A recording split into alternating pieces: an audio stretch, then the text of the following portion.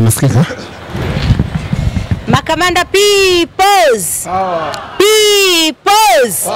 No hate, no fear, no reforms, no election. Asanteni sana. Nawashukuru sana wanachama, nawashukuru viongozi wetu kutoka majimbo mbalimbali ya mkoa huu wa Mbeya, kutoka jimbo la Mbeya vijijini, kutoka jimbo la Kiela, jimbo la hapa mjini na wengine wote majimbo yanayotuzunguka katika mkoa huu. Na washukuru sana viongozi, na washukuru viongozi wetu kutoka mikoa ya kanda hii ya Nyasa, ambapo tumekuwa na Mheshimiwa Isakwisa ambaye ni mwenyekiti wa mkoa wa Songwe, lakini tumekuwa na viongozi wengine wa majimbo ya mkoa wa Songwe toka tulipoanza. Kwa hivyo tunawashukuru sana, lakini kipekee ni washukuru wananchi, ni washukuru wanachama, wanawake kwa wanaume, vijana ambao mmeendelea kuweka kambi katika ofisi hizi za kanda tangu tulivyoweka haya malengo, na leo ikiwa ni siku ya 3 mfululizo tukiwa tumekaa hapa, tukiwa tunamtafuta Mdude, tukiwa tunapokea taarifa mbalimbali kutoka kwa wadau, kutoka kwa marafiki, kutoka kwa ndugu zetu ambao wako kwenye taasisi mbalimbali, wameendelea kutuletea taarifa. Kwa hivyo tunawashukuru sana, na kipekee ni tume salamu hizi kwa wote ambao kwa namna moja ama nyingine wametufikia, wamenifikia mimi, ama wamemfikia katibu wa mkoa au makamu mwenyekiti wa kanda ama mwenyekiti wa Songwe ama wanachama yoyote, kumpa taarifa ya kwamba Mdude pengine anaweza kuwa wapi, Mdude pengine anashikiliwa na nani. Kwa hivyo taarifa zote ambazo mmezileta kwetu tumezifanyia kazi, tumezipembua, tumezichambua, tumezifikisha kwa wataalam, kwa wanasheria na kwa watu wa intelijensia katika chama chetu, na nyingine zimetupa mwanga na nyingine bado hazijatupa majibu, lakini kwa namna zote sisi tunaendelea kuwashukuru na kuwasihi kwamba muendelee kutupatia taarifa. Kwa hivyo ndugu zangu na Watanzania popote mlipo na mnapotusikiliza, Watanzania mliopo ndani ya nchi na mliopo nje ya nchi, bado na ninyi tunaendelea kuwashukuru kwa sababu mmenyoosha mikono yenu kuweza kuhudumia kusanyiko kubwa ambalo linaendelea kuja hapa kanda. Watu wamejitolea vyakula vyao majumbani mwao, wameleta hapa ili wananchi walioko hapa waweze kupata chakula. Watu wametuletea sukari, wametuletea mafuta, wameleta michele, nyama na vitu vyote ambavyo tumehitaji, na kiukweli hatujapungukiwa, na tunawashukuru wote na Mungu awabariki sana.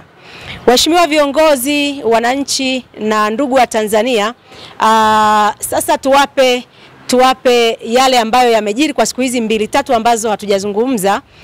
Tumekuwa tukiendelea na swala la kumtafuta Mdude, lakini nguvu yetu kubwa tukiendelea kuwekeza kwenye ofisi ya RPC na kwenye ofisi ya mkuu wa mkoa. Kwa hivyo hayo maeneo mawili ndipo ambapo nguvu yetu tumewekeza huko. Lakini mara mwisho tuliwaambia kuna ugeni kutoka makao makuu ya polisi ambao ulifika na ulitaka kuzungumza na yule shahidi wa kwanza ambaye ni Bwana Eze. Lakini jana ndio ilikuwa ifanyike hilo jambo, lakini halikuweza kufanyika kwa sababu mbalimbali ambazo makamu pia atakuja kuzielezea kwa kina na kuonesha pia ni hatua gani ambazo kama chama tunachukua. Kwa hivyo mimi ninachoweza kusema kwa hatua hii kama katibu wa kanda na ambayo nimeyaona ni kwamba swala hili bado hatujaona mkono wa polisi ukiwajibika ipasavyo. Hatujaona polisi wakisimama na kumtafuta Mdude kwa kumaanisha. Wamekuwa wakiwekeza nguvu sana kumtafuta yule shahidi, na wamekuwa wale waliokuja wamesema wamekuja kufanya upelelezi, lakini hatuwaoni wakizunguka kama nilivyowahi kusema hapo awali. Hatuwaoni wakizunguka na mbwa wa polisi ama wakizunguka mapolisi wakipita huku na kule wakitafuta kama nguvu ambazo tuliziwekeza sisi wananchi na wanachama kutafuta katika zile siku 4 za kwanza. Na mnajua tulisitisha kutafuta kwenye mapori baada ya kujiridhisha kabisa kwamba kwenda kwenye mapori, kwenda kwenye milima ni kupoteza muda, kwa sababu Mdude kwa uhakika kabisa ofisi ya RCO, ofisi ya RPC wanajua alipo Mdude. Kwa hivyo bado tunaendelea kuitaka jeshi la polisi hapa mkoani Mbeya, lakini makao makuu ya jeshi jeshi wanatusikiliza, tunaomba waungane na sisi wananchi kumleta Mdude. Kama wanavyoona na kama wanavyosikia, wananchi wanaendelea kusogea Mbeya, wanachama wanazidi kuongezeka Mbeya, na hakuna atakayetoka Mbeya mpaka tumempata Mdude akiwa hai. Kwa hivyo taarifa nyingine ambazo tumeendelea kuzipokea makamu atazizungumzia, lakini hatua ambayo chama inaenda nacho na masuala yote ya maelezo ambayo jana ilibidi tuyatoe kwa kuwa tulilazimika kufanya hivyo, ni mambo ambayo makamu atayadadavua mbele yenu kwa upana zaidi, na wote kama tulivyosema tutapata fursa ya kuona ni namna gani mnaendelea kukishauri chama, ni namna gani mnaweza kushauri viongozi wenu, ni tuweze kumpata Mdude, tuweze kuwajibika kwa pamoja na kuliwajibisha jeshi la polisi kumrejesha Mdude akiwa mzima wa afya. Shukrani sana katibu wetu wa kanda na ndugu zetu wote wanachama na viongozi mbalimbali ambao mko hapa. Na mimi kwa niaba ya chama nitoe shukrani za dhati kabisa kwenu kwa michango yenu, lakini pia kwa mahudhurio ya kila siku na kuhakikisha kwamba kila siku kambi iko hapa. Na ninaamini kabisa kwamba hii kambi sio kwamba mko hapa kwa kupenda au hamna kazi, hamna majukumu, ni kwamba mmeamua kwamba kutokana na hali halisi iliyopo ya kumtafuta Bwana Mdude Nyagali na kuonyesha msisitizo mkubwa kwa serikali ya Jamhuri ya Muungano wa Tanzania, mmeona afadhali muendelee kusubiri hapa, na tuliwaambia jeshi la polisi kabisa kwamba Watanzania wengi wanazidi kuingia mkoa wa Mbeya kwa ajili ya kuhakikisha kwamba Mdude Nyagali anapatikana. Kikubwa tu ni kwamba niwashukuru sana kwa kweli wanachama wote, niwashukuru sana wananchi mbalimbali ambao mnakuja hapa. Wengine tumeona hata watumishi wa umma wanakuja hapa kutupa pole, lakini pia kutusapoti kuhakikisha kwamba kambi hii inaendelea. Kikubwa tu ni kwamba ndugu zangu, jana tuliondoka hapa na katibu wetu wa kanda, tuliondoka na mwenyekiti wa Mbeya mjini Mheshimiwa Fokile na mimi mwenyewe, tukaenda kupata majibu ya jeshi la polisi, hasa wale viongozi wakuu wa jeshi la polisi ambao walikuwa wametoka Dodoma kwa ajili ya kufanya investigation kwenye mkoa wetu wa Songwe, kwenye mkoa wetu wa Mbeya, kwa sababu ya tatizo hili la ndugu yetu Mdude Nyagali. Kwa hiyo tulipofika pale na tulikwenda kutoa taarifa ya ndugu yetu Eze, kwa sababu walimhitaji Eze na walihitaji kwamba si viongozi pamoja na mwanasheria wetu tuweze kwenda naye, lakini kutokana na hali halisi ni kwamba bwana Eze alichelewa kufika, kwa hiyo hatukwenda naye. Na wao wakawa wanahitaji sasa kurudi Dodoma, na baadaye wakaamua kutuhoji sisi nini tunachokifahamu katika jambo hili. Sisi tukatoa maelezo kila mmoja kwa nafasi yake.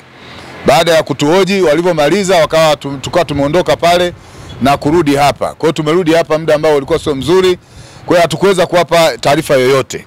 Lakini ukweli ni kwamba wale maafisa waliaga kwamba wanaondoka, na wakasema kwamba wanachohitaji ni kwamba ni muhimu sana bwana Eze aweze kufika na kuhojiwa.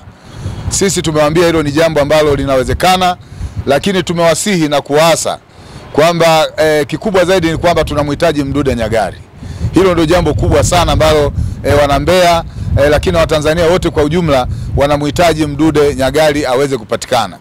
Na tukaambia kwamba tunahitaji kujua juhudi mbalimbali ambazo mmezifanya, kwa sababu sisi kwa akili yetu na majadiliano yetu ya mara kwanza tulifikiri kwamba wao baada ya kufika na kwa sababu tulitoa mapendekezo kwamba RPC hao wanatoa update kila wakati ni namna gani wamemtafuta Mdude Nyagali na wamefikia wapi, ili Watanzania kwa ujumla waweze kufahamu nini ambacho kinaendelea katika utafutaji wa jeshi la polisi.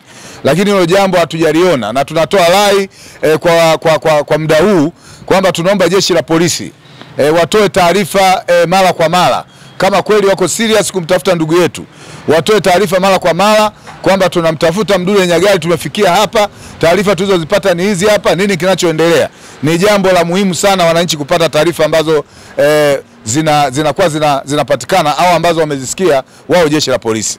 Lakini kikubwa tu ambacho tunataka kukizungumza ni kwamba jeshi la polisi watambue kwamba Watanzania walioko mkoa wa Mbeya walishawaletea ushahidi wa watu ambao tayari wametuhumiwa katika ofisi ya RCO. Pamoja na kwamba Heze hajakuja kutoa maelezo, tunafikiri pia ilikuwa ni busara sana kusikia jeshi la polisi wale watu wamekamatwa na watangaziwa wa Tanzania kwamba wale watu wamewekwa nguvuni, na kama wamewekwa nguvuni basi tujue kwamba upelelezi unaendelea. Lakini tunaona hao watu hakuna taarifa yote ya jeshi la polisi, inaendelea kuleta sintofahamu kwa wananchi, lakini wasiwasi kwa wananchi kwamba inawezekana watu wanalindana. Watu wamezungumza sana kuhusiana na ofisi ya RCO. Kwa hiyo tunachotaka kuzungumza ni kwamba tunataka jeshi la polisi liwajibike inavyotakiwa ili hawa watu waweze kuwekwa nguvuni, lakini ndugu yetu Mdude Nyagali haweze kupatikana. Na pia tuelewe kwamba jeshi la polisi linafanya kazi namna gani. Maana tunafika pale na sasa tunatafuta kisayansi. Ndio mtu amepotea, lakini tunachohitaji ni taarifa, mmefikia wapi? Sasa hivi karibuni ni siku ya 8, sio? Karibuni ni siku ya 8. Kama ni siku ya 8 tulipasha kuona taarifa ya polisi inazungumzia kuhusiana na ni namna gani wamemtafuta Mdude Nyagali. Lakini pia kitu kingine ambacho tumeona tutolee taarifa hapa kwenu ni kwamba hatujaridhika kabisa na zoezi lenyewe la kumtafuta Mdude Nyagali. Hatujaridhika kabisa kama wana Mbeya, kama watu wa kanda ya Nyasa, hatujaridhika kabisa. Tunaomba mkazo zaidi wa kumtafuta Mdude Nyagali kwa jeshi la polisi. Tunamuomba IGP pamoja na watu waliowatuma hapa, wamekuja wamemaliza siku 3 siku 4 kurudi Dodoma. Hawajatuambia ni namna gani wamejitahidi kumtafuta Mdude Nyagali na taarifa ambazo wangeweza kuzitoa kwa wananchi. Kwa hiyo tunaomba IGP pia atoe taarifa kwa Watanzania kuhusiana na watu waliowatuma huku na taarifa ambazo wametoka nazo huku, ili Watanzania waelewe kwamba nini ambacho kinaendelea katika kumtafuta Mdude Nyagali. Lakini jambo lingine ndugu zangu, ni pamoja na wenzetu ambao ni Watanzania wanaoishi nje ya nchi. Wametoa shilingi milioni 10 kwa ajili ya kuhakikisha kwamba mtu yoyote, Mtanzania yoyote atakaye muona Mdude Nyagali au atakayetoa taarifa za Mdude Nyagali kupatikana kwake atapewa shilingi milioni 10. Kwa hiyo Chama cha Demokrasia na Maendeleo Chadema kupitia sauti ya Watanzania walioko nje ya nchi, diaspora, wameshatoa milioni 10 kuhakikisha kwamba wanasapoti zoezi la kumtafutia Mdude Nyagali. Angalieni wenzetu walioko nje nao wanaangalia ni namna gani wameamua kuingia kuhakikisha kwamba wanaonyesha umuhimu wa kuhakikisha kwamba Mdude Nyagali anapatikana.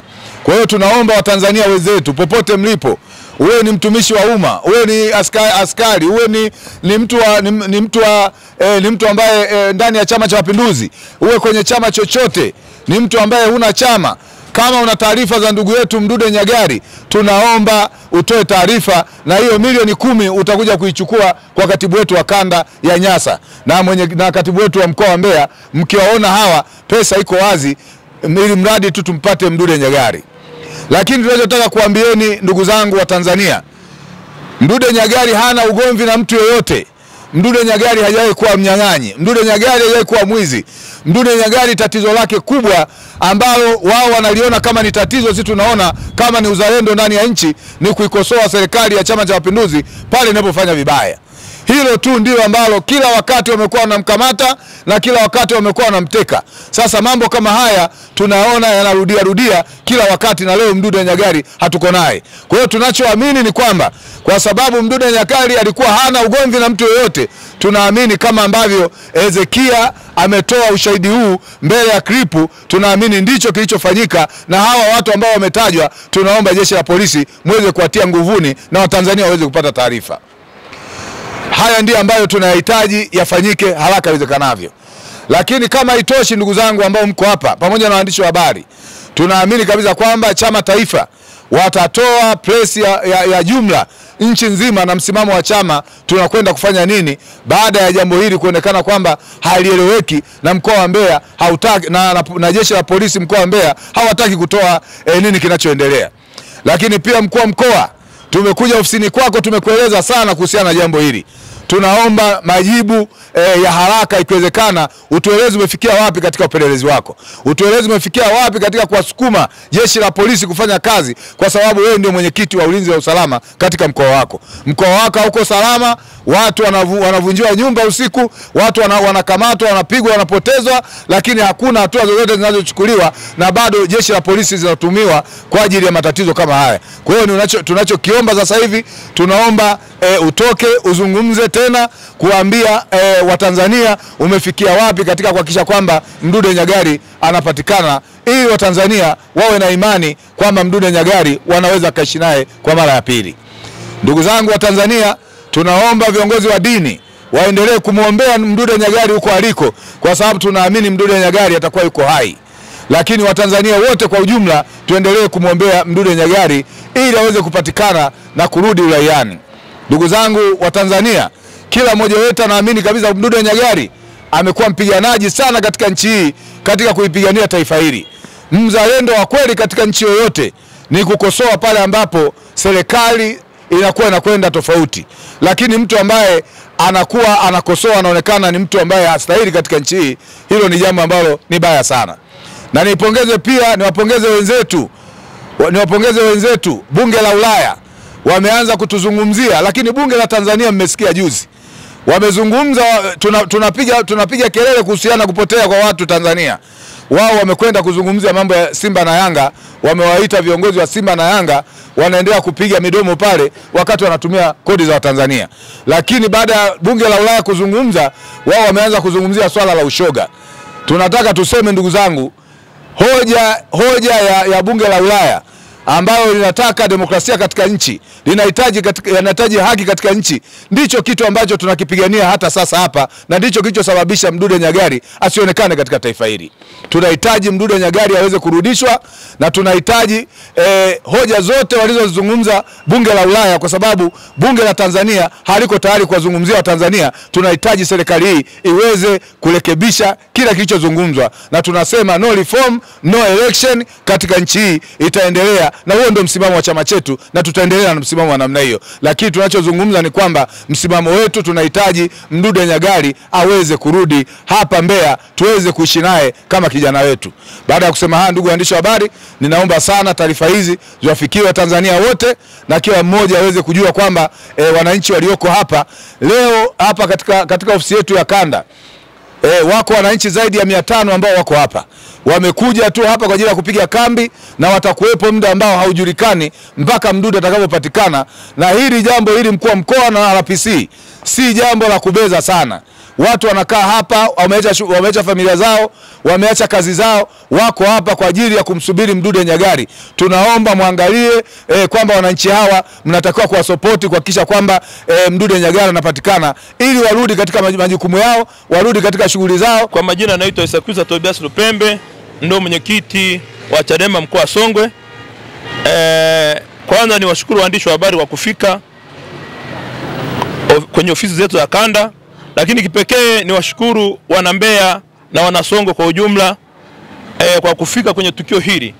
Juzi tuliongea ile jambo la Mdude Nyagali, kijana wetu ambao yule Mdude ni mzaliwa wa Songwe, ni mwanaharakati, ni kiongozi, ni mwanachama wa chama cha Chadema.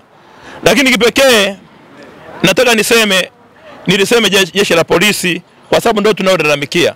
Waangalie umati wa watu waliofika mahali hapa, wameacha shughuli zao kuhakikisha wanafika kumdai Mdude Nyagali. Na ukiangalia hisia za Watanzania wengi na wanachama wa Chadema na watu ambao sio wanachama wa Chadema, ukimuuliza Mdude Nyagali yuko wapi, watakwambia jeshi la polisi ndio wanaye, kwa sababu wamezoea kumkamata, na taarifa zipo za wazi zinazosema kuna watu jeshi la polisi ndio linawataja moja kwa moja kusema walikuwa wanamuinda Mdude Nyagali. Sasa kipekee mimi nafikiri jeshi la polisi, IGP, RPC wasiwasumbua Tanzania. Kuna watu wanasikia wametoka makao makuu ya jeshi la polisi kuja kupeleleza jambo, wanawasumbua kwa sababu Mdude Nyagali wanao wao.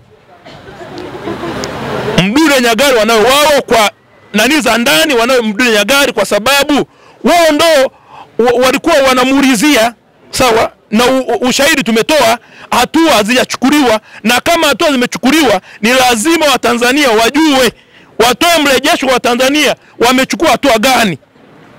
Toka watu wamelalamika jambo hili kusema hawa ndio walikuwa wanamuulizia Mdude Nyagali. Sawa, hawa ndio watu walikuwa wanamuinda Mdude Nyagali ambao ni jeshi la polisi. Kwa kipekee niseme tu, Mdude Nyagali ni mtoto wa watu, Mdude Nyagali ni mume wa mtu, Mdude Nyagali ni baba wa watoto, Mdude Nyagali ni mwanachama wa Chadema. Ni haki kabisa Mdude Nyagali aachiliwe, wampeleke nyumbani kwa, kama wanaona aibu baada ya kumshikilia kwa muda mrefu, wampeleke nyumbani pale walipomchukua. Sawa, kama wamemuumiza sisi tutamuguza, wenye ndugu tutamuguza, ambao ni kijana wetu tutamuguza Mdude. Kama watu wameacha shughuli zao, maelfu ya watu wako hapa wameshinda kuzalisha uchumi wao, sawa, uchumi kwa sababu ya kumtafuta Mdude, hawatashinda kumuguza. Kwa hiyo wasione aibu, na nataka nitoe wito kwa Mheshimiwa Rais, hili jambo linaloendelea kwenye nchi ni aibu. Ni lazima ajue kusema hao watoto wanaopotea ni watoto wa watu, ni watoto wamezaliwa na watu kama vile na yeye ana watoto wake. Ni vizuri akawasikiliza Watanzania kusema jambo wanaoramika watumishi wa Mungu ni jambo la haki, ni jambo la ukweli. Ukiona watu wanaramika watu wazima, hivi ni vyetu vya kisiasa vinapita. Unaweza kuwadhibiti watu lakini huwezi kumdhibiti Mungu, si ndivyo? Unaweza kama mbabe kiasi gani, lakini Mungu akiamua jambo anaweza kufanya. Hawa watu wako hapa si kwamba wapo kwa sababu wameshindwa kazi ya kufanya.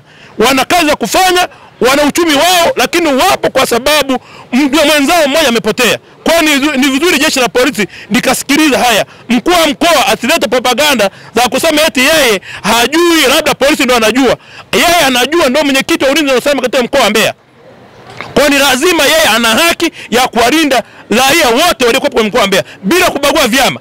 Kwa sababu tunajua yeye anasimamia vyombo vya ulinzi na usalama. Kwa ni vizuri ndugu zangu, jeshi la polisi lijitathmini kumleta Mdude Nyagali. Hatuhitaji propaganda kwenye maisha ya watu.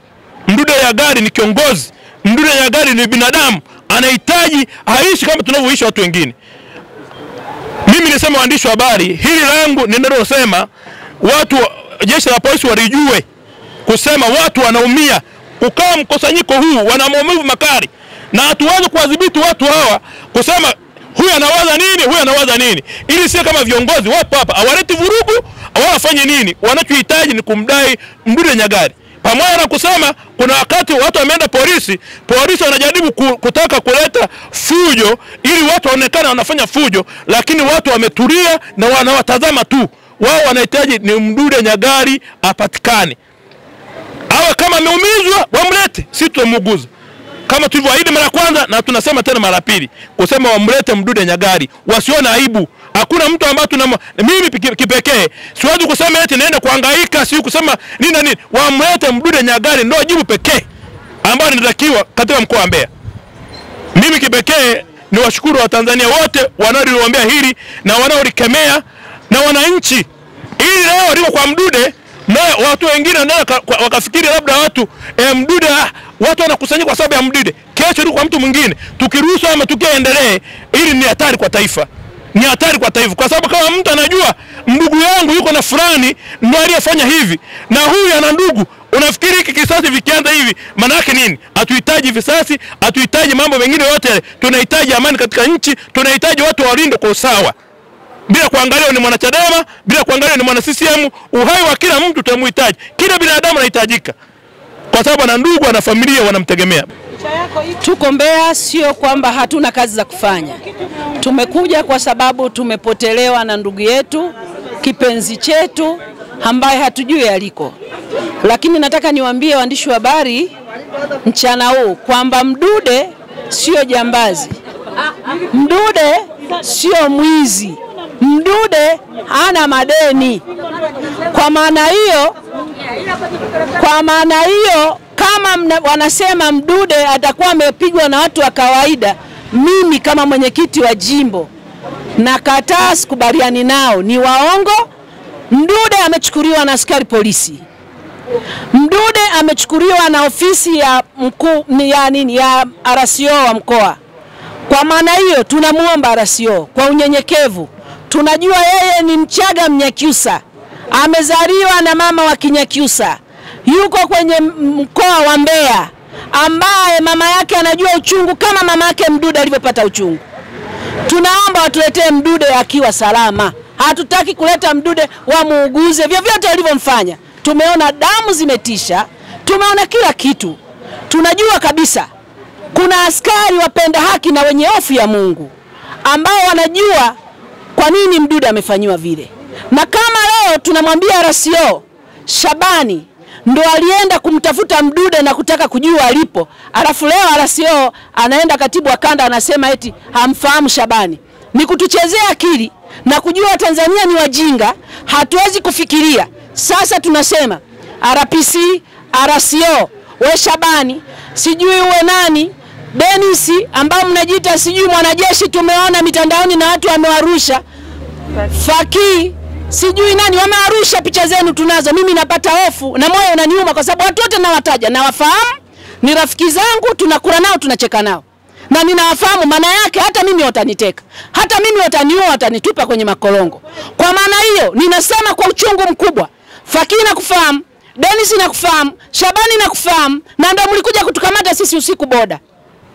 Na niliwauliza tukiwa kwa RCO kwamba hii kamata sasa kama mnatumwa, si mtuambie tumekosa nini, hamkutuambia tumekosa nini. Baadaye hamkuwa na kesi ya kutushtaki. Mpaka leo mmetuacha huru, tupo tunaishi.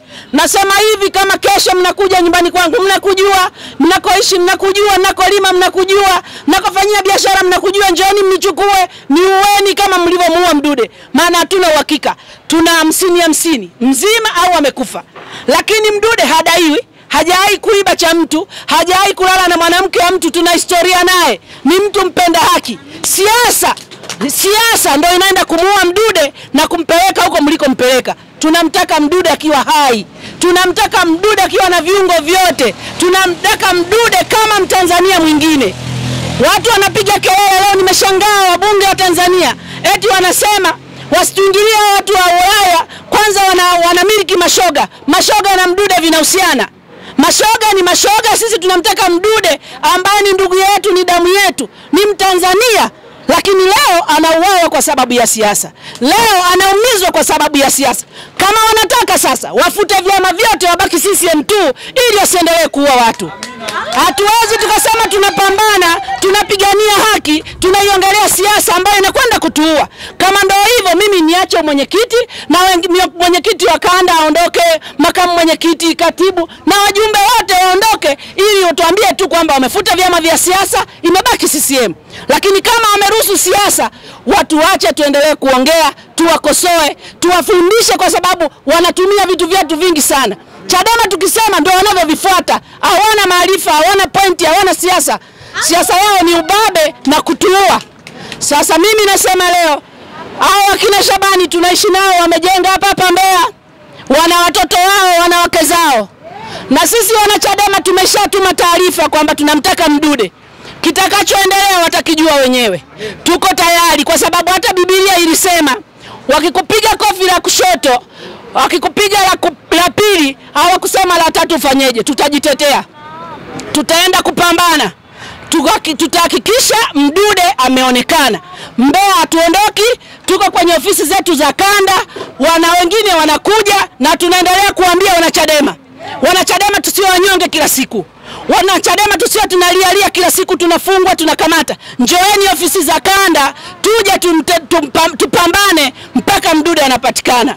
Unayebaki nyumbani uko salama gani? Unaogopa nini? Kwa sababu watu wanasema eti nikionekana nitatekwa. Kwani kuna mtu yuko salama? Ukisema utatekwa, usiposema utatekwa. Ni bora tukasema, ili tukitekwa useme nilimsema RCO, nilimsema RPC, nilimsema mtekaji Shabani, ili hata nikitekwa nitekwe sawa sawa. Sasa kama hujasema na unatekwa, utakuwa umetekwa nini? Kwa niwaombe wanachadema wote, majimbo yote, yani tukutane tu mkoa wa Songwe na mkoa wa Mbeya, alafu tujae hapa kanda, tuone kama watatuletea Mdude. Tunatakiwa wakati mwingine, mimi nasema kuanzia leo niko tayari kwa chochote ambacho polisi mtaamua kufanya, kwa sababu sasa hivi siasa tunafanya polisi na Chadema, CCM wamekaa pembeni wanapumzika. Kwa Kwa kuwa CCM ni ya polisi, siasa ni ya polisi na Chadema, tunawakaribisha kwenye Chadema na tuwajue kadi zenu ni kadi namba ngapi, kwa sababu mmeamua kufanya siasa. Mimi ya kwangu ni hayo. Nina hasira na polisi, nina hasira na polisi. Wameshatulaza ndani bila sababu mara nyingi tu. Wanakuja hapa ofisini wanatuchukua kama ndezi. Ipo siku 40 zao zitakamilika. Lakini tunamtaka Mdude. Watuletee Mdude. Kwa jina naitwa Ana Mwandibwa, Ana Flexon Mwandibwa. Ninaanza na pole kwa mzee wetu Kitima ambaye alivamiwa kama alivyovamiwa mtoto wetu Mdude. Japo hatujui hali yake anaendeleaje, lakini kwa Mungu tunamuombea. Na pili, ninatoa pole kwa Wakristo wote wa Katoliki ambao wanamuuguza baba yetu Kitima. Serikali yetu ya Tanzania ambayo inatuambia kwamba polisi ni walinzi wa wananchi na mali zao, lakini sisi kama wananchi tunaona kama polisi sio walinzi wa wananchi na mali zao, bali wamefanyika maadui wetu sisi wananchi. Matukio yote yanayotukia ya kuvamiwa watu kupotezwa, watu kuumizwa, polisi haijawahi kutoa majibu ya kusema labda huyu mtu aliyevamiwa amepatikana au hajapatikana. Inakaa kimya. Hatujawahi kupata majibu ya aina yoyote ya watu wetu, ndugu zetu wanaopotezwa, wanaouawa. Imekaa kimya. Sasa tunashindwa kuelewa kwamba ni polisi inayotulinda wananchi zao na mali zetu. Maana kama ni polisi wanatulinda, kwa nini hawatoi majibu ya watu wanaoumizwa na kuuawa, wanaopotea? Hao watu wasiojulikana wanatoka wapi ambapo serikali yetu imeshindwa kuwatambua? Ndio wanasema serikali yetu, wanasema nchi yetu ya Tanzania ina amani. Hiyo amani iko wapi wakati watu wanapotezwa, watu wanaumizwa, watu wanachinjwa? Haijawahi kutoa majibu. Hiyo amani ya nchi yetu inatoka wapi? Nchi yetu haina amani. Magaidi ambao wanatokea katika nchi yetu hawawakamati. Tunaamini vipi kwamba nchi yetu ina amani wakati magaidi hawawakamati? Bali watu wanaotetea haki ya wananchi ndio wanaowakamata na kuwasingizia kesi kwamba wao ni mahaini, wakati wanatutetea sisi wananchi wao. Mimi nimesimama hapa kama mwananchi na ni mwanachama wa Chadema. Kwa hiyo mimi nimevaa kofia zote mbili, kama mwananchi na ni mwanachama. Lazima tuitetee nchi yetu pale ambapo watu wetu walio na uwezo wa kututetea wasiwasingizie makesi na kuwabandikizia makesi ya uhaini. Bado watu wanaoingiliwa manyumbani, bora mtu kama anatembea anazurura barabarani wanasema labda ameiba huko, lakini mtu anavamiwa nyumbani kwake, majibu hayapatikani. Serikali inasema inafanya nini? Wakati mtu amepotezwa imekaa kimya. Tunashindwa kuielewa hii serikali yetu. Na wanasema kwamba polisi ndio walioenda kumkamata nyumbani kwao, nyumbani kwa huyo mtu. Sasa kama polisi na wenyewe wanakaa kimya, kwa maana hiyo wanatupa majibu kwamba wao ndio waliomchukua Mdude. Kwa nini hawataki kutoa majibu? Mimi ninaiomba serikali ifanye juu chini, Mdude apatikane akiwa hai. Maana ni ndugu yetu, tunamtegemea katika ujenzi wa taifa letu. Tunasema sisi kama wananchi hatuwezi kuwafumbia macho kwa maovu yanayoendelea katika nchi yetu. Na kikwazo kikubwa ni serikali ambayo iko madarakani, inayosemekana kwamba ndio inayofanya maasi yote haya. Hata kwa mtu ambaye hana akili, bado naye anaweza kaelewa kabisa kwamba serikali ndio inayofanya haya yote. Kwa sababu kwa nini wananyamaza? Hawatupi majibu ambayo wananchi tu yatatulizisha. Na hao watu wasiojulikana wanatoka wapi ambao nchi yetu imeshindwa kuwatambua na kuwakamata? Sisi tunawaomba wananchi wa Tanzania tuungane kwa pamoja, tusiogope vitisho ambavyo vimo katika nchi yetu na kutukandamiza kwa haki zetu ambazo tunazo katika nchi yetu. Tunataka tuishi kwa amani pale ambapo serikali itatusimamia vizuri, pale ambapo polisi watatulinda, tutakuwa na usalama katika nchi yetu na sisi tutakuwa na imani na polisi. Lakini kwa haya yanayoendelea, hata wanatuambia kwamba muwe na imani na polisi. Hatuwezi kuwa na imani na polisi katika haya yanayoendelea. Tunataka polisi watuelewe kwamba sisi wananchi tunataka tuwaone uaminifu wao kwetu sisi wananchi wao wanaotulinda. Lakini sasa pale wanapokuwa wananyamaza kimya kwa maovu, hatuwezi kuwaamini na hatuji kuwaamini kwa sababu hao wamegeuka kama maadui zetu. Maana sisi tunaamini kabisa hawa polisi ni maadui kwetu. Kama sio maadui, kwa nini wanashindwa kutoa majibu katika haya maasi yanayotokea? Bado watu wanaojitokeza kuanza kusema hao watu wanatuisha mizigo ya uovu, na sisi hatuwezi kufikiria kwamba polisi ni watu wema kwetu. Sio watu wema kabisa. Tunaiomba polisi Mdude imtafute popote alipo, apatikane ili na sisi tuwe na imani na polisi. Lakini kama Mdude hajapatikana akiwa hai, hatuwezi kuwa na imani na polisi. Maana tunajua kwamba hata sisi tunaosimama kuongea bado na sisi tuko hatiani. Lakini bado hatutaogopa kwa sababu hao wanaouawa ni binadamu kama sisi, wameumbwa na Mungu kama sisi. Kwanza polisi wamuogope Mungu. Hii serikali iliyopo madarakani muogope Mungu, kwa sababu Mungu ndiye aliyetufanya wananchi wote tuliopo duniani na watu wote. Mungu, Biblia inasema, Mungu alisema natufanye mwanadamu kwa mfano wa sura yetu. Sasa kama Mungu alituumba kwa mfano wa sura yake, kwa nini hawamuogopi Mungu? Wanafanya uhalifu. Mwanadamu mwenzio unakwenda kumfanyia unyama, hata mnyama kwa mnyama hawafanyiani. Kwa nini sisi binadamu tunafanyiana unyama kama huu? Mimi ninaomba serikali imuogope Mungu na itende mapenzi ya Mungu. Maana bila hivyo hukumu ya Mungu ipo. Watahukumiwa sawasawa na matendo yao wanayoyafanya. Hawatakwepeka. Na ziwa la moto linawasubiri kwa uhalifu wanaofanya. Mimi ninaomba wananchi wote, nchi zote, tuungane kwa pamoja kukemea huu uhalifu unaoendelea katika nchi yetu. Hatuwezi kuendelea kunyamaza. Hata kama wanatunyamazisha, basi waendelee kutufanyia hivyo wanavyowaza wao, lakini hatuwezi kunyamaza. Kwa sababu kwanza, kama mimi ni mama ninayejua uchungu, ninabeba mtoto miezi 9 tumboni, ninakwenda leba naumia. Kwa hiyo mtoto ambaye nimejua uchungu wake, siwezi kunyamaza wakati mtoto wangu amepotea. Mtoto wa mwenzio ni wa kwako. Hawa walioko serikalini ni watoto walizaliwa na mama zao na baba zao, lakini tunasema ni wa kwetu kwa sababu sisi wazazi wote watoto ni wa kwetu.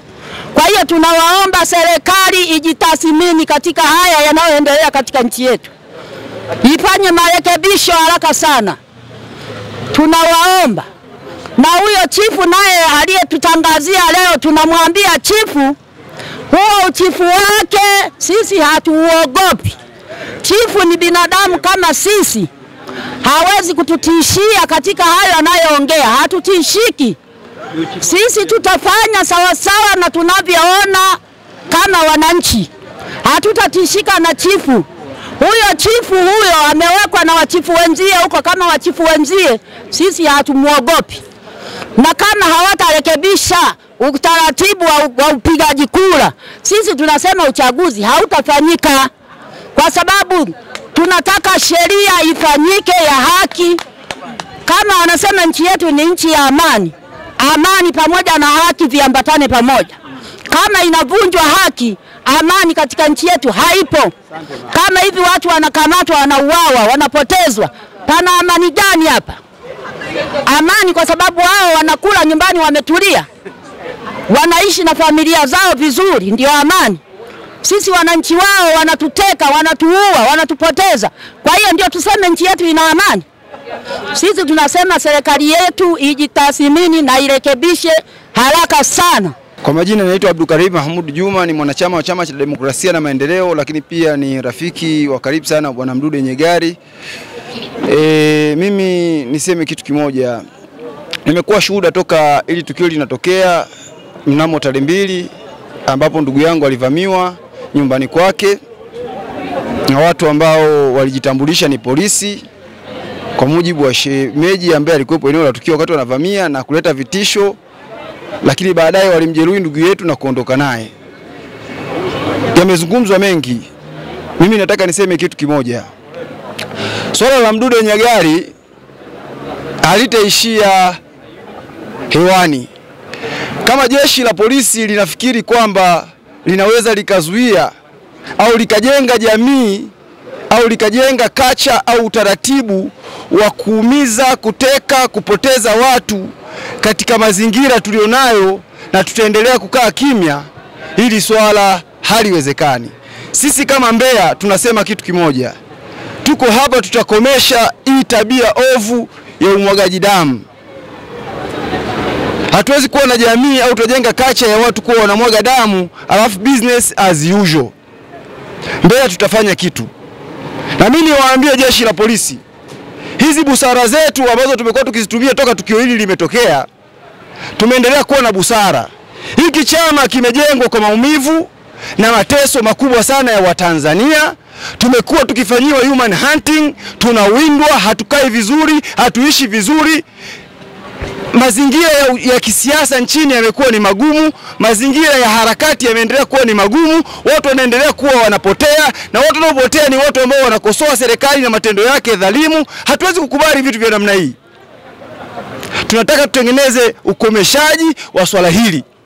Hatuwezi kuwa na jeshi la polisi ambalo linapewa taarifa ya mtu kuvamiwa, kutekwa na kuumizwa saa 8 za usiku, wanakuja saa 4. Hatuwezi kuwa na jeshi la polisi la namna hii. Kwa jeshi la polisi la namna hii ambalo chama cha siasa kikitaka kufanya mikutano ya hadhara wanazuia kwa kusema intelijensia zao zinaonyesha zitatokea vurugu, lakini watu wanavamiwa, wanatekwa na kuumizwa na kuuawa, hawajulikani walipo, liko kimya mpaka leo. Jeshi la polisi la namna hii hatuwezi kuwa nalo na hatuwezi kulivumilia. Niwaambie jeshi la polisi, hatuwezi tukapanda mimba ya dhulma, uonevu na manyanyaso katika taifa tukitegemea tutapata amani. Hichi kitu hakiwezekani. Utawala wa ghasia wanaouleta utalipeleka taifa letu kwenda katika machafuko. Niwaambie, Mdude sio mbuzi wetu. Mdude sio ng'ombe wetu. Mdude ni ndugu yetu, ni kaka yetu. Hatutakubali apotee hivi hivi. We are ready to pay the price. Na niwaambie, kama wanataka kutupoteza watatupoteza wote, lakini hatutakaa kimya. Hatutakubali kunyamazishwa katika jamii ambayo, hebu fikiria, tuko katika taifa ambalo kiongozi wa dini yupo katika makao yake anavamiwa. Alafu jeshi la polisi linatoka linasema kwamba alilewa. Leo hii hatujui wanatoka na kauli gani. Lakini cha kushangaza, jeshi la polisi juu ya kwamba limefuatwa saa 8, limepewa taarifa juu ya kuvamiwa ndugu yetu Mdude, limekuja saa 4, lakini hakuna nia yoyote, hakuna dhamira yoyote ya kuonekana wanajikita katika kumtafuta ndugu yetu, isipokuwa wanatafuta watu waliotekeleza huu ujinga. Hatuwezi kukubali hii jamii jengwe katika namna hii. Niendelee kuwasihi jeshi la polisi. Mdude mimi ni rafiki yangu, ni mtu wangu wa karibu. Siku zote amekuwa akilalamikia ofisi ya RCO. Ofisi ya RCO imekuwa ikifanya unyanyasaji dhidi ya Mdude, imembambikizi ya kesi nyingi, imefanya mambo kadha wa kadha. Na mimi mwenyewe nimeshuhudia kwa macho yangu. Tukiwa ofisi za RCO tumekwenda kumsindikiza ndugu yetu mmoja tukiwa na Mdude. Akamharesti hapo, akamkamata kisirisiri na akataka kumpoteza. Tulikuwepo hapo. Kumekuwa na muendelezo wa RCO wa Mbeya. Na tunamtaja kabisa. Ofisi yake katika hili inatakiwa jisafishe. Itoke imwachie ndugu yetu Mdude. Hatutakaa kimya. Kama hiki chama kimejengwa kwa maumivu makubwa na damu kubwa, hatutaacha kupigania haki katika taifa letu. Niendelee kusisitiza, mapambano lazima yaendelee kupambania taifa letu liwe la haki, liwe la umoja na mshikamano. Lakini kwa matendo haya yanayoendelea ya watu kutekwa na kunyakuliwa, hatutakaa kimya. Mbeya tutazungumza. Hiki chama kiko katika ngazi za mitaa. Tunatumia busara zetu. Kama jeshi la polisi linataka kuona busara zetu ni upumbavu, basi wasubiri. Mbeya tunaenda kuandaa mstari na kuchora mstari kuhakikisha kwamba tunakomesha vitendo vya utekaji, upotezaji wa watu, unyanyasaji na dhulma katika Mbeya. Hivi vitu tunaendelea kukomesha Mbeya. Asanteni sana. Mimi naendelea kusisitiza jeshi la polisi lijitafakari, linanyoshewa mikono, lifanye kazi kwa weledi, liache kufanya kazi kwa kisiasa, liache kutumiwa na wanasiasa. Na sisi tunaelewa Mdude sio mwizi, Mdude sio kibaka. Mdude amekuwa na ugomvi na jeshi la polisi. Tarehe 5 tulikuwa tuna kesi Mbozi, tumekuwa tukihudhuria kesi Mbozi. Jeshi la polisi ndio limemfungulia kesi Mdude. Mara zote Mdude amekuwa na matatizo na jeshi la polisi. Sasa jeshi la polisi lijitafakari katika hili. Sisi tutaendelea kusisitiza jeshi la polisi limwachie Mdude. Sisi hatumtafuti.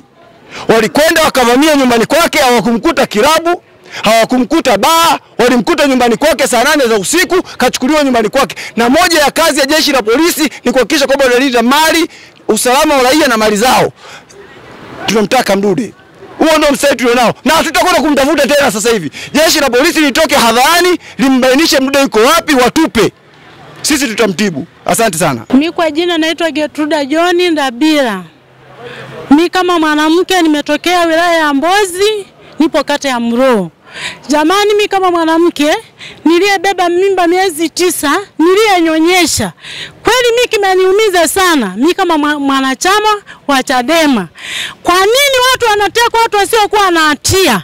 Na wakati huo jeshi la polisi kuna watu wanabaka mitaani wenye umri wa miaka 55, wanabaka watoto wa miaka 5, kesi wanapewa mzamana, wako hadharani, wanyakunga konyagi kilabu kwenye mabaa, wabakaji hao hamwachukuli sheria. Watu wasiokuwa na hatia na kosa, sio waizi, sio jambazi, sio vibaka, ndio wanatekwa tena wakiwa wamelala kwenye makazi yao.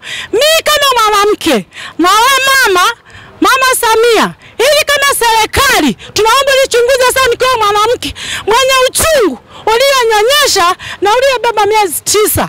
Watu tunazidi, Chadema sio umbwa, nao ni Watanzania kama wana CCM. Tunaomba kama hili serikali mliangalie, jamani kuna nini? Chadema nao ni watu kama nyinyi. Jamani mmezidi. Chadema sio umbwa, nao ni Watanzania sio wakimbizi. Ninauma, tunaumia kama wanawake.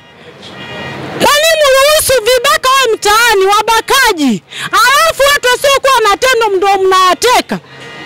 Jamani tunaombeni kaka yetu Mdude, sio kibaka, sio mlevi, sio mbakaji, sio jambazi. Ni mtu mwenye akili timamu, anaishi na watu vizuri. Ndio maana mnaona watu tumenyanyuka kutoka sehemu mbalimbali. Naambia vijijini wapo, Mbalali wapo, Kiara wapo. Yaani kana kwamba angekuwa kibaka, tusingekusanyika kama hapa. Tungeendelea na kazi zetu. Paka tumeandamana tuko hapa tumeumia. Tunamtaka Mdude akiwa yupo hai. Tunamtaka Mdude akiwa hana kovu lolote. Mdude alikuwa hadaiwi na mtu. Mdude hakuna mtu aliyekuwa anamdai. Tunamtaka Mdude akiwa hai. Tunamtaka Mdude akiwa vile vile. Mimi kwa jina naitwa Ayubu Mwaisumo, ni katibu wa Chadema kata ya Mwakibete. Kipekee mimi nataka kuwa na mawazo kidogo mtambuka kutokana na swala hili la kutekwa kwa Mdude. Matukio ya utekaji kwenye nchi yetu yamekuwa ni ongoing situation. Sio mara ya kwanza, sio mara ya pili. Tukianzia kwa mzee Kibao, watu wanamteka walijitambulisha kama wao ni maofisa wa polisi. Lakini still mpaka leo waliunda tume ya uchunguzi haijaleta majibu yoyote. Leo hii Mdude ametekwa na vielelezo vikiwa viko wazi, na wanaotajwa ni jeshi la polisi, ofisi ya RCO mkoa wa Mbeya. Wametajwa askari wa ofisi ya RCO kwa majina yao. Mpaka sasa hakuna hatua yoyote iliyochukuliwa. Na pia wanaendelea kutuaminisha kwamba jeshi la polisi ndio watekaji kwenye nchi hii, kwa sababu pamoja na majina ya hao watu waliomteka Mdude kutajwa kwa majina yao na kusema ni askari polisi wanaotoka ofisi ya RCO, RCO wamekana kuwatambua watu hao. Huu ni ushahidi mwingine wa wazi kuwa jeshi la polisi ndio wanaotuteka sisi wa Tanzania. Sasa mimi wito wangu kwa jeshi la polisi ni kuwajibika kwenye swala hili. Na kama ambavyo mimi huwa nazungumza mara zote, uwajibikaji huko aina 3 nasema siku zote. Uwajibikaji wa kwanza ni kukataa kabisa nafasi ulionayo kama huwezi kufanya kazi. Uwajibikaji wa pili ni unapokuwa kwenye kazi uliopewa kutimiza majukumu yako ipasavyo. Na uwajibikaji wa tatu, ikiwa utashindwa kutimiza majukumu uliopewa, basi ujiuzuru. Ni kiwango cha juu zaidi cha uwajibikaji hicho. Kwa jeshi la polisi mpaka sasa, ofisi ya RCO, hao wanaotajwa kufikia leo hii, mimi nilikuwa naamini wangekuwa tayari wameshakamatwa na wanahojiwa. Kwa kuwa wameshindwa, wawajibike kuanzia RPC wa mkoa wa Mbeya, RCO wa mkoa wa Mbeya, mkuu wa mkoa wa Mbeya. Hawa wote hawafai kuendelea kuwepo kwenye nafasi zao kwa sababu wameshindwa kutimiza majukumu yao. Kama tutaendelea kucheka nao, maana yake ni kwamba tunakubali kuendelea kupotea kila uchao. Na tungeweza kwenda mbele zaidi kwa sababu matukio haya sio ya Tanzania nzima. Ilikuwa inafaa kabisa jeshi la polisi kuanzia ngazi ya juu kabisa ya IGP wa Ambura, sijui wakina Muliro, kwa matukio yaliyoendelea hivi karibuni. Hakuna hata mmoja kwenye serikali ya watu timamu ambaye angekuwa bado yuko kwenye nafasi yake na cheo chake. Sasa kwa sababu pengine tunaongozwa na serikali ambayo inashindwa kwa identify mambo hayo kwa ukubwa ama inapuuza haki za binadamu, ndio maana mpaka leo watu ambao wanaweza kusimamia usalama wa wananchi wameshindwa kusimamia usalama huo na bado wako kwenye nafasi zao. It is very shamed. Mpaka sasa tunavyoongea, kila aliyetajwa kwenye tukio hili na hao wengine niliowataja mimi hapa wanapaswa kuwajibika, wasiendelee kuwepo kwenye nafasi hizo kwa sababu wameshindwa kutulinda sisi wa Tanzania. Matukio haya ni mengi na hayajaanzia hapa, yameanza muda mrefu. Maana yake tuna wajibu wa kuwajibisha kama wao hawatataka kuwajibika kwa hiari. Watanzania kwa ujumla wetu inatakiwa tujipange kuhakikisha tunawajibisha kuanzia anayewateua mpaka walioteuliwa, kwa sababu wao wenyewe wameshindwa kugundua kwamba wana wajibu kwenye jamii yetu. Kwa majina naitwa Joyce Mwalalika, ni mtu mzazi na baraza la wanawake mkoa wa Mbeya. Nipo hapa kutoa kero yangu na malalamiko yangu na masikitiko yangu. Salamu hizi zimfikie Mheshimiwa Samia Suluhu. Yeye kama ni mama wa taifa hili na mama mwenye uchungu. Tunalia sisi kama wanawake wenzie kuondokewa na ndugu zetu, kupotelewa na ndugu zetu, kupewa vilema ndugu zetu. Taifa hili limegeuka, limekuwa ni taifa ambalo halina amani tena. Imekuwa ni uwanja wa vita. Jeshi la polisi tunaliamini kuwa linalinda raia na mali zake. Lakini jeshi hili limebadilika, limekuwa Interahamwe, limekuwa Boko Haramu, limekuwa Mungiki, majina yote. Na tunasema hivi, itafika vijana wa taifa hili wataingia msituni. Sasa machafuko katika nchi hii ndipo yanapoanza. Tumeshuhudia mambo mengi nchi jirani, mwanzo huo unakuwa hivi. Sisi kama raia wa Tanzania wenye vibali halali vya kuishi katika nchi hii, tunaliomba jeshi la polisi liturejeshe Mdude. Mdude sio jambazi wala sio mwizi wala sio mhalifu katika nchi hii. Ni raia mwema na anapigania maslahi mapana ya taifa hili.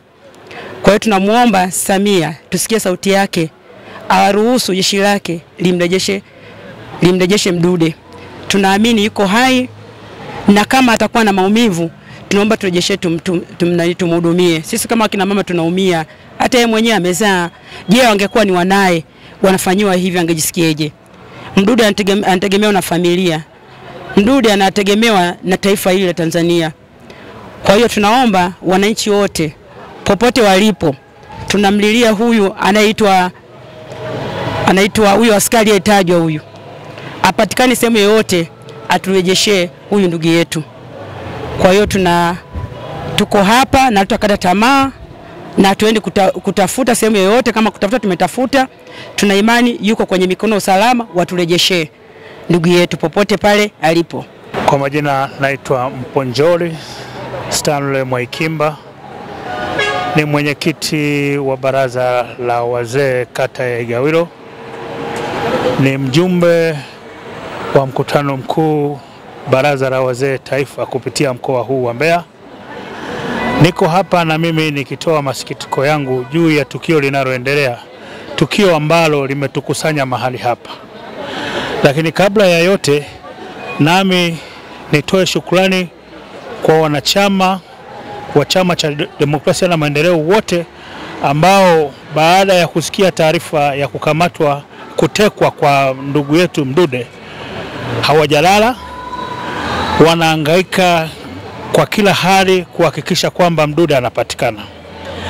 Lakini pia ni washukuru NGOs mbalimbali, watu mbalimbali, makampuni ambayo yanasapoti kambi hii ambayo ipo hapa kama kutekeleza swala la msiba juu ya kutekwa kwa ndugu yetu Mdude Nyagali.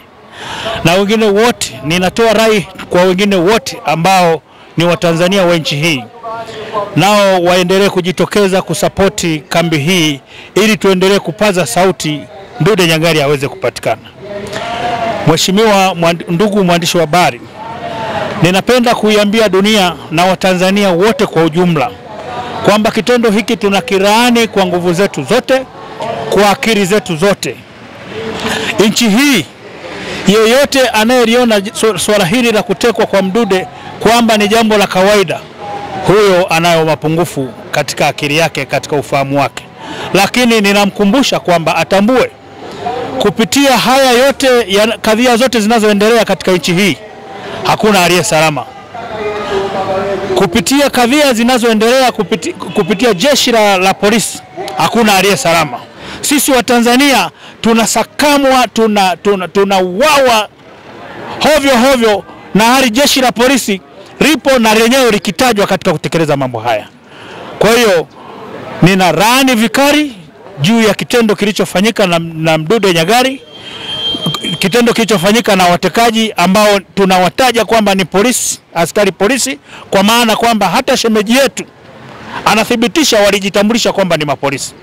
Na ndio kwa maana tunashangaa sana jeshi la polisi linaacha kutekeleza yale ambayo yameainishwa na chama pamoja na mke wa Nyagali. Kwa kauli yangu binafsi nasema haya matendo yanayoendelea ni uoga na vitisho juu ya serikali ya Chama cha Mapinduzi na jeshi lao la polisi. Ingawa wote waliotangulia kuongea kabla yangu mimi wametamka kauli nzuri sana kwamba hii yote ni kututisha na kwamba tusiendelee kuwa salama. Lakini kila mtu anayependa haki ya taifa lake, na mtu anayependa haki huanzia kwenye familia. Kama ilianzia hivyo kwenye familia, ulianzia hivyo kupenda haki, basi hata kwenye taifa lako utaendelea kutetea watu kwenye jamii. Kwa hiyo kama tunatetea haki kwenye jamii za watu, basi hakuna mtu yeyote anayependa haki ataogopa kwa vitisho vya jeshi la polisi na hata wale viongozi wa Chama cha Mapinduzi. Sisi ni watu, jeshi la polisi ni watu, na wao wenyewe jeshi la polisi wamesoma na sisi wenyewe wa Tanzania tulikaa nao mashuleni darasani, shule za msingi, tulikaa nao darasani O-level, tulikaa nao darasani high school, hata waliofanikisha kukaa vyuo vikuu na ambao wapo mtaani walisoma na hao mapolisi. Basi ninachotaka niwaeleze kwamba vitisho vinavyoendelea juu ya watu ambao wanatetea taifa lao la Tanzania ambalo tunasitiza amani, na wakati huo Mwalimu Nyerere anapigania uhuru wa nchi hii alisitiza amani. Amani na mshikamano ndio moja wa taifa la Watanzania au watu wote walio uhuru ndani ya taifa lao. Sasa kwa nini tunatishana? Kwa nini tutishane? Kwa nini mtu anapomkosoa au anapoikosoa hoja ya kiongozi yoyote wa Chama cha Mapinduzi au wa serikali, jeshi la polisi linatumwa kwa ajili ya kumdhuru huyo mtu? Ni kumdhuru kwa sababu hata waliotangulia juu ya Nyagali Mdude, maarufu kama Mdude, kwa hiyo wameongea kwamba walienda ndani kumkamata, na ni mkosoaji mkubwa wa matendo yanayotendwa na jeshi la polisi na serikali ya Chama cha Mapinduzi. Na mbali tu na hivyo, sio huyo tu, ni wengi sana waliotekwa na watu wengi wamelia juu ya hivi vilio. Lakini kama wanaongea hivyo na kama wanafanya hivyo, je, vipi itakuwaje hizi hasira za watu walio wengi kwenye nchi hii? Itakuwaje siku ambapo hasira zao zikisha wapanda na hata mataifa ya Eritrea, mataifa ya Sudani Kusini, hata historia ya Wahutu na Watusi walianzieje? Walianzia kutokana na mitendo hii na mifumo hii ya serikali hii ya Chama cha Mapinduzi na jeshi lao la polisi kuchukiza na kupandisha watu kwenye vinywa vyao ili watu wakasirike, hata wasiofahamika. Leo hivi watu tunatoka sehemu mbalimbali, inawezekana tusifahamika waanze kutufuatilia kwa sababu tu ya kutamka maneno ya kweli yaliyokamai. Lakini hili hata Mwalimu Nyerere alikemea. Ingawa hata watu wafahamiki, wapo watu chini wanaongea wanazungumza kwamba sio ukweli ndani ya taifa la Tanzania. Taifa la Tanzania halijajengwa na waandishi wa habari tu. Taifa la Tanzania halijajengwa na jeshi la polisi tu. Kuitwa taifa la Tanzania ni kwa sababu ya raia wote wanaoishi ndani ya taifa la Tanzania. Hata wanaoitwa majeshi JW ni Watanzania wenzetu, tunawapenda, wanatulinda, wanalinda mipaka ya nchi. Na ndio uraia, na somo la uraia lilivyotueleza. Na kazi ya chama cha upinzani ni kazi yake ni kuikosoa serikali iliyopo madarakani inapoenda tofauti na itikadi za utendaji kazi na ajira walioajiriwa na wananchi wao wanaolipa kodi kutoka kwenye mifuko yao na uchumi wao wanautafutia kutokana na hivyo wanavyovifanya ili waingize kipato chao kupitia kazi zao. Sasa wai leo tunaanza kutekana, wai leo tunaanza kupigwa, wai leo hii wana CCM baadhi yao walio wajinga wanafurahia haya mambo. Wai kesho hao watu wakisema tumechoka, wana CCM watakuwa salamu? Jeshi la polisi itakuwa salamu? Hapana. Kila mtu atasambaratika kivyake na kila mtu atamfuata wakake ambaye anamuona kwamba sio. Sasa inatakiwa tusifike huko, wote tukae pamoja meza moja ili kuweza kulizungumzia taifa letu liendelee kuwa na amani, kama waasisi akina Sokoine, akina Mwalimu Nyerere, wote akina Tuntemeke Sanga, wengine waliopigania taifa hili na uhuru, akina Kawawa, akina nani wale Mangisina, wale si walipigania uhuru wa nchi hii ili watu waishi kwa amani. Waile hivi kizazi chetu jeshi la polisi tulilokuwa tunaliamini na tunaliamini linalinda usalama wa raia. Kwa nini leo hivi hilo ile jeshi la polisi ndio linatumikishwa kutupiga raia wao? Asanteni sana. Naitwa Hosea Light Mbugi.